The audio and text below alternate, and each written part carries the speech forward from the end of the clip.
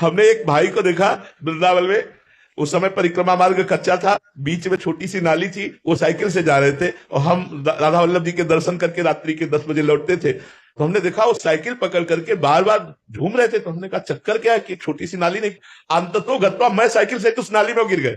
जो उनके नजदीक आए, उनका भाई तुम्हें चक्कर आ गया क्या? तो जब उनकी भाषा निकली और उनकी गंध आई तो हमका भाई शराब पी, उनको उठा के खड़ा किया। हमका भाई थोड़ा तो समझ यार, अगर तू 1500 रुपए का फल फूल लेकर घर जाता तो बच्चे तुझे प्यार करते, तो शराब पी करके नालियों में गिर रहा है, क्या तेरी हालत है? ए भाई, शराब से ना स्वास्थ्य ठीक रहता है ना बुद्धि ठीक रहती है। लोग कहते हैं रिलैक्स, यार अगर शराब से रिलैक्स होता तो सब रिलैक्स हो जाते। रिलैक्स भगवान के चरणारविंद से होगा। सच्ची कहते हैं, हर कष्ट की दवा, हर बाधा की निवृत्ति, हर उन्नति की प्राप्ति का स्वरूप राधा राधा राधा।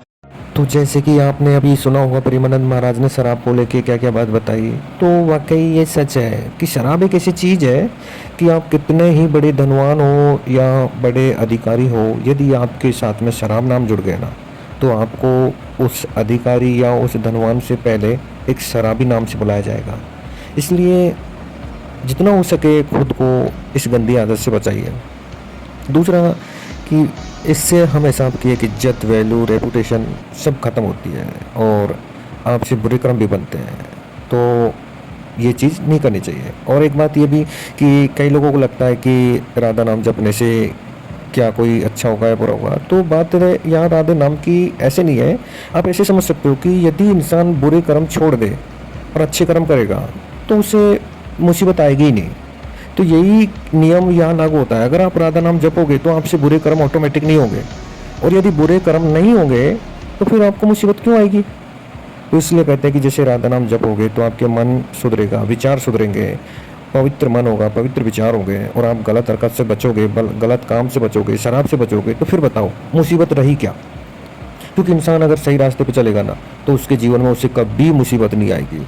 इसलिए जितना हो सके नाम जप करने से ये मत सोचना कि नाम जप करने से ये हो जाएगा नहीं। नाम जप की जो एक रियल शक्ति है वो ये है कि नाम जप करने से आपके विचारों में पवित्रता आती है, और वो विचार पवित्र होकर आपको एक अच्छा इंसान बनाते हैं, कामयाब बनाते हैं, और आप आगे की ओर बढ़ते हो। यदि आप पे नाम जप नहीं होगा या फिर नाम जप से आप नहीं डरोगे कि नाम जप नहीं किया तो इंसान ऐसा होगा, तो उस डर की वजह से वो नाम जप करता है। नाम जप करेगा तो उसे बुरे कर्मों से ऑटोमेटिकली दूरी बन जाएगी।